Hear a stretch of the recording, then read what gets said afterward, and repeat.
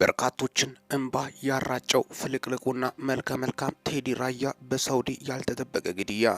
ሰላም ጤና ይስጥልን ውድ ኢትዮጵያውያን ቻናል ተከታታዮች፣ ይህ ሚኪያስ ኒውስ ነው። ለዚህ ቁም ነገር አዘል ቻናል አዲስ ከሆናችሁ ሰብስክራይብ በማድረግ ቤተሰብ ይሁኑ። ይህንን ቪዲዮ ስጨርሱ ላይክ፣ ሼርና ኮሜንት በማድረግም ላልሰሙት እንዲዳረስ ያድርጉ። እስከ መጨረሻው እንድታደምጡኝ በትህትና ጠይቃለሁ። ስደት በርካቶች አሁን አይኑ ይጥፋ እያሉም እዛ ያሉት ሲራገሙም ነው የምስተዋለው። ሰው ከሀገሩ ወጥቶ በርካታ መከራን አልፎ ያልፍልኛል ብሎ ቤተሰቤን ይጦራሉ ብሎ ወጥቶ መሞቱ ምን ያህል ህመምን ይፈጥራል ለቤተሰቦቹ፣ ለወዳጅ ዘመዶቹ። ያሟሟቱ መንገድ ደግሞ በርካቶችን እንባ ያራጨ ክስተትም ነው። ቴዲ ራያ በጸባዩና በባህሪው በርካቶችን ያስገረመ፣ በጣም ብዙ ሰዎች የሚወዱት፣ እንዲሁ ተነስቶ ራሱ የሚለቃቸው ማህበራዊ ሚዲያ ላይ ብዙዎች እንደ ቤተሰብ የሚያዩት ተጽዕኖ ፈጣሪ ወጣት እንደነበረ ጭምርም ነው። ቴዲ ራያ ከሰው ጋር በእርስ በርስ በፍቅር በግንኙነት በህብረት አንድ ላይ የመኖር ዘር፣ ብሔር፣ ሃይማኖት፣ ቀለም ሳይለይ ሁሉንም ኢትዮጵያዊ አስጠግቶ አብሮ የሚኖር ኢትዮጵያዊ እንደሆነም ጭምርም ነው። በጣም የሚያሳዝነው ግን ስደት በርካቶችን ነፍስ ሲቀጥፍ፣ አሁን ደግሞ የዚህኛው ለየት የሚያደርገው በሰው እጅ መሞቱ በርካቶቹን አሳዝኗል። እንደምታወቀው የኢትዮጵያውያን ስደት አይፈልጉም። ማንም ከሀገር መሰደድ አይፈልግም። የትኛውም ዓለም ክፍል ያለው የለመደበትን ሀገር ትቶ ሌላኛው አካባቢ መልመድ አይፈልግም።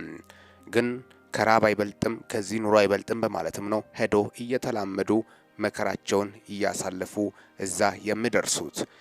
በጣም የሚያሳዝነው ከኃይለ ሥላሴ ጊዜ ጀምሮ ከዛ በፊት የነበረው ኢትዮጵያዊ ከሀገሩ መውጣት አይፈልግም። ከሀገሩ ቦታ እንኳን ወደ አሁኑ ነው የሚመለሱት። አሜሪካ፣ ጀርመን ለትምህርት የሚሄዱት አብዛኞቹ ሲመለሱ ወደ ሀገራቸው መጥቶ አገልግሎት ሲሰጡም ይስተዋላል። ሌላው ቀርቶ ደርግ ጊዜ በኋላ አሁንም የኢኮኖሚ ችግር ሳይሆን ወጣቶቹ ሲሰደዱ የነበሩት ፖለቲካል ነጻነት በጣም የለም በማለትም ነው። ፖለቲካዊ ነገር ለመኖር ህልውና በጣም አደጋ ላይ ነው በማለት በርካቶቹ በስጋት ነበር ሀገር ለቆ የሚሰደዱት። አሁን ደግሞ የኢኮኖሚ ችግር ነው። ኢኮኖሚ ቀውስ በተለይ ያደግን ጊዜ ጀምሮ በርካታ ኢትዮጵያኖች ሲሰደዱም ተስተውሏል። በአጭሩ ደግሞ በጣም ለመክበርም እንደመቻቸው በብዛት በአጭር ጊዜ ውስጥ ቶሎ ሰርቶ ለመቀየር ወደ ሳውዲና የተለያዩ አካባቢ ሲሄዱም ተስተውሏል። በሰዓቱ በርካታ ቁጥር ያላቸው ስደተኞችም አይገቡም ነበር። አረቦች ነዳጅ ከወጣላቸው በኋላ በብዛት ሚሊነርና ቢሊነር መሆን ሲጀምሩ በርካታ ስደተኞች ትኩረታቸውን ወደ አረብ ሀገራት አዞሩ። ትኩረታቸውን አይናቸውን ወደዛ ሲያዞሩ ቀድሞ ካዞሩት መካከል ኢትዮጵያኖች ናቸው። አያሌ ቁጥር ያላቸው ኢትዮጵያኖች ሄዶ ሚሊነርና ፎቅ በፎቅ የሆኑበትም ዋነኛው ሀገር ሳውዲ አረቢያ እንደሆነ ጭምርም ነው።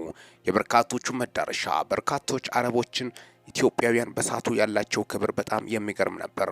የኋላ ስደተኛ እየበዛ ሄደ። አያሌ ቁጥር ያለው ስደተኛ እየበዛ ሲሄድ የኢትዮጵያ ክብርም በጣም በሚያሳዝን ሁኔታ እየቀነሰ መጣ። ምክንያቱም ኢትዮጵያኖች ወደዛ እርስ በርስ የሚያደርጉት ነገር ተገቢ አይደለም በማለትም ነው። በዛ ላይ ደግሞ ከዚህ ሲሄዱ በበረሃ በተለያዩ በባህር አቋርጦ ነው ወደ ሳውዲ አረቢያ የሚገቡት። ሲሄዱ በጣም የሚያሳዝነው ከእባብ አለ፣ ግንጥ አለ፣ ያን ሁላ አልፎ የውሃ ጥም፣ በዛ ምክንያትም ሞት አለ፣ በምግብ ረሃብ የምሞት አለ። ከዛም ደግሞ አልፌ እንዳው ብሎም በጣም የሚያሳዝነው ጅቡቲን በረሃ ካቋረጡ በኋላ ይሁላ መከራ ከደረሳቸው በኋላ እንደገና ባህር ላይ ሲሳፈሩ ጀልባ ወይ ሰጥማ ዜና ሲወጣም ተስተውሏል። እጅግ የበርካቶችን ልብ የሰበረው አያሌ ቁጥር ያላቸው ኢትዮጵያኖች ያልፍልናል ብለው ከዚህ ሄዶ የሚሞቱበት ሁኔታ ነው የሚፈጠረው። ይህ ሁላ ድህነትና ችግር ነው።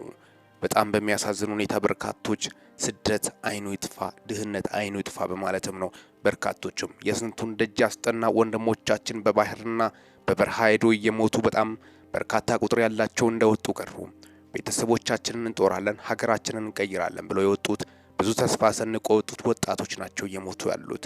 ያን ሁላ አልፎ በባህር ደግሞ ያለውንም የሚያልፈው ያልፋል። ከዛ በኋላ ደግሞ በአሁን ሰዓት ያለው ከዚህ በፊት እንኳን አሪፍ ሀገር የነበረችው በእርስ በርስ ጦርነት የወደመችው የመን ነች። የመን ላይ ደግሞ በጣም ከባድ ነው። ብዙ ፈተናና መከራ ኢትዮጵያኖች የሚቀምሱበት ስፍራ ነው። በተለይ በሳውዲ ድንበር አካባቢ የሚፈጠሩት አስቸጋሪዎች ናቸው። የኢትዮጵያ ሴቶች የሚደፈሩበት፣ ወንዶቹ የሚገደሉበት፣ ድንበር አካባቢ ተተኩሶ በርካታ ቁጥር ያላቸው ኢትዮጵያኖች የሚገደሉበት ሁኔታም ነው የሚፈጠረው። እጅግ አሳዛኝ ክስተትም ነው። ታዲያስ ያን ሁላ መከራ አልፎ በጣም በሚያሳዝን ሁኔታ ሳውዲ አረቢያ በዚህ መንገድ ሁላ አሁን የተጀመረው በተለይ የመን ላይ በቅርቡ ራሱ የተሰማው ካምፕ ውስጥ በጣም በሚያሳዝን ሁኔታ ማናገር እንደሚኖሩ እንኳን አያውቁም። ኢትዮጵያኖቹ እርስ በርስ ዘርና ብሔር ተከፋፍለው ሲጣሉና ሲደባደቡም ተስተውሏል። ይህ ሁላ እስከ መቼ ነው? የዚህ ባህሪን እዚህ ሀገር ቤት የተለመደውን ባህሪ ይዞ ሜዶ እንደዚህ የሚያደባደብ የሚያጋድል ነገርስ ምንድነው በማለትም ነው በርካቶቹም። በዚህ ብቻ አይደለም፣ ወደ አውሮፓ የሚያቀኑት ኢትዮጵያኖችም እንደዚሁ በተመሳሳይ ከቤልጂየም ወደ እንግሊዝ በሚገቡበት ስፍራ ላይ ድንኳን ተክለው በሚያድሩበት ላይ አንደኛው ሌላኛውን ሲገድልም ተስተውሏል። በብሔር ተደራጅተው ይህ ህዝብ አሁን ሌላ ሀገር ሄዶ ለመኖር ያስባል። ማን ሀገር ነው ሄዶ የሚኖረው? በጣም የሚያሳዝነው እንደዚህ አይነት አመለካከት ጥንት አባቶቻችን ያልነበራቸውን ከየት አመጡ በማለትም ነው። ሰው በሰብአዊነቱ ነው የሚወደደው። የትም ሀገር አብዛኞቹ ከዚህ በፊት ኢትዮጵያዊ ሲባል በጣም ደስ ይለዋል። ዘር፣ ሃይማኖት፣ ብሔር አይልም፣ እንደ ወንድም ነው የሚለው። ከሩቅ ሲሄድ እኮ በጣም በሚያሳዝን ሁኔታ አንድነቱን ማጠናከር አለበት እንጂ እንዴት ልዩነት ሊሰፋ ቻለ በማለትም ነው። ይህ ሁላ አንዳንድ ያለመግባባት ችግሮች ከዚህ የተፈጠሩት እስከዛ ተከትሏቸው ይሄዳል። ብዙ ፈተና ነው። ስደተኞች በመሃላቸው ብዙ ዘረኝነት ውስጥ የሌሉት መከራቸውን ሲያበሉም በጣም በሚያሳዝን ሁኔታ የሚሄዱበት መሄጃ ሲያጡም ይስተዋላል። ታዲያስ ብዙዎቹ እንደዚህ ሆኖ ሳውዲ ላይ የገቡት የምሳካለት ይሳካል፣ ደግሞም እድሜ ዘመኑን ጠብቆ ዜሮ በልቶ ሳይከፈለው ባዶ እጁን የሚመጣ ኢትዮጵያዊም ነው ያለው። ምክንያቱም ህጋዊ መኖሪያ ፍቃድ ካልተገኘ በስተቀር በህገ ወጥ የሚሰሩት አያሌ ቁጥር ኢትዮጵያኖች ስለሆኑ አንዳንድ አረብ በቀናነት ካልሆነ በስተቀር ደሞዝ እንኳን የማይሰጥ አረብ እንዳለ ጭምርም ነው።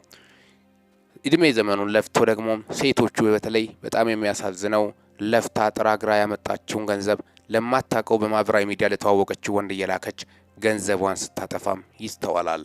ይህ ሁላ ፈተናና መከራ በስደት ላይ ያሉት ወንድሞቻችንና እህቶቻችን ላይ የሚደርሰው ነው። ስደት ላይ ያሉት ወንድሞችና እህቶች የሄዱበት መንገድ ህጋዊ መሆን አለበት። ህጋዊ ካልሆነም ብዙ ፈተና ይደርስባቸዋል። ታዲያስ በጣም ያም ሆኖ ሳለ ጥንቃቄ ሊደረግ እንደሚገባ ጀምረም ነው። ያለፈው አልፏል። ብዙ ፈተናዎችን አሁን ወንድሞቻችን ሊያሳልፉ ይችላሉ። ቀጣዩ ደግሞ በህጋዊ መንገድ ወይ እዚሁ የተሻለ ነገር ፈልጎ ስራ እድሎችን ቢፈጥር ይሻላል እንጂ መከራው እየበዛ መጥቷል። በርካታ ቁጥር ያላቸው ኢትዮጵያኖችንም እንዳይገቡ እያገዱ ነው የተለያዩ ሀገራት። ምክንያቱም ሄዶም ኢትዮጵያዊ የሚያሳየው ባህሪ ተገቢ እንዳልሆነ፣ ከዚህ በፊት የተከበረ ኢትዮጵያዊ አሁን የሚያደርገው የሚያሳየው ድርጊቶች ተገቢ እንዳልሆኑ ጭምርም ነው። ታዲያ የዚህ ወጣት ህልፈት በርካቶችን እንባራሽቷል። ቴዲ ራያ በባህሪውና በጸባዩ በጣም ተግባቢ፣ ዘር፣ ብሔር፣ ሃይማኖት፣ ቀለም ሳይል ከሁሉም ጋር የመግባባ ለወደደው ሟች እንደነበረ ጭምርም ነው። ይህ ልጅ ታዲያ በባህሉም በባህላዊ አለባበሱ በራያ አለባበሱ በርካቶችን ትኩረት የሳበ ወጣት ነበር። ታዲያ ምን ያደርጋል የገዛ ወገኖቹ ገደሉት የሚል መረጃ ነው የወጣው። የሳውዲ ፖሊስም በዛ ዙሪያ መግለጫ ሰጥቷል። ምርመራ እያጣራ እንደሆነ ጭምርም ነው። ገዳዮቹ እነማን ይሁን እነማን ለህግ መቅረብ አለባቸው፣ ፊቲን መስፈን እንዳለበት። የአረብ ሀገር ህግ ደግሞ ከኢትዮጵያ ትንሽ ጠበቅ ይላል። በጣም ከባድ ነው። በጣም ከባድ። ሰው የገደለው በግድያ ነው ወይ በሞት ነው የሚቀጣው። ሰውን እጅ የቆረጠው እጁ ይቆረጣል። የሰረቀው እንኳን እጅ የሚቆረጥበት ሀገር ነው። ህግ እዛ የዋዛ አይደለም። የሰው ነፍስ ነው ጠፋው በማለትም ነው። ከዛም የተነሳ በርካቶቹ የአረብ ሸሪያ ህግ የሰው ነፍስ ታላቅ እንደሆነ ይታመናል። ስለዚህ የሰው ነፍስ ያጠፋው በነፍስ በእኩል መቀጣት እንዳለበት ጭምርም ነው። ሸሪያ ህግ ደግሞ በጣም ከባድ ስለሆነ ይህ ሰው ግለሰቡ የገደለውን ተከታትሎ አድኖ የትንም እንደሚገቡና እንደሚይዙ ጭምርም ምንም ጥርጥር እንደሌለው ጭምርም ነው በርካቶቹም እየገለጹ ያሉት። ወጣቱ እንደወጣ ቀረ። በጣም የሚያሳዝነው ለቤተሰቦቹ ለሀገሩ ሳይተርፍ ገና ብዙ ተስፋ የተጣለበት በጣም ልብ በሚነካ ሁኔታ ማለፉ በርካቶችን እንባ ያራጨ ክስተት ስለሆነም ነው ለእናንተ ይዘንላቸው መጣ ነው። ስደት ላይ ያሉ ወንድሞና እህቶቻችን ባካችሁ በአንድነትና በህብረት በፍቅር እንድትኖሩ ያላችሁን ሁሉ ተካፍላችሁ። ከዚህ በፊት ኢትዮጵያዊ እርስ በርስ ረዳዳ አንዱ ለአንዱ ሲያዋጣ ነው ምስተዋለው። ታዲያስ ያልተለመደ ባህሪ ኬት እያመጡ ነው? ያ ሰው የሄደው ለስደት ያ ሁላ መከራ አልፎ ደርሶ ሰውን ለመግደል ነው ወይስ ራሱን ቤተሰቡን ለመቀየር ነው? ስደት ላይ ያለ ሰው እኮ አላማ አለው። የሄደበትም አላማ ስላለው ነው። ለዚህም ነው የሰው ነፍስ እንደዚህ የመሰለ ወጣት ልጅ ገሎ እንዴት በሰላም መኖር እንደሚቻልም የህሊና ጸጸት ራሱ እንደማይለቀው ከባድ እንደሆነ ጀምረም ነው በርካቶቹም ሀሳባቸውን እየገለጹ ያሉት። እጅግ አሳዛኝ መረጃን በማስመልከትም ነው ለእናንተ ይዤላቸው መጣሁት። የሳውዲ ፖሊስ የሚለውን ተከታትለን ለእናንተ የምናቀርብላችሁ ይሆናል። እስካሁን ድረስ አብሬያችሁ የቆየሁት ሚኪያስ ነኝ ከሚኪያስ ኒውስ። ለዚህ ቁም ነገር አዘል ቻናል አዲስ የሆናችሁ ሰብስክራይብ በማድረግ ቤተሰብ ይሁኑ። ይህንን ቪዲዮ ላይክ፣ ሼር እና ኮሜንት በማድረግ ላልሰሙት እንዲዳረስ ያድርጉ። ለሰዓታት ያሉኝ መረጃዎች ይመስላሉ። በወቅታዊና አጫጭር መረጃ እስከምንገናኝ ድረስ በያላችሁበት ዓለም ክፍል ሰላም ያቆያችሁ።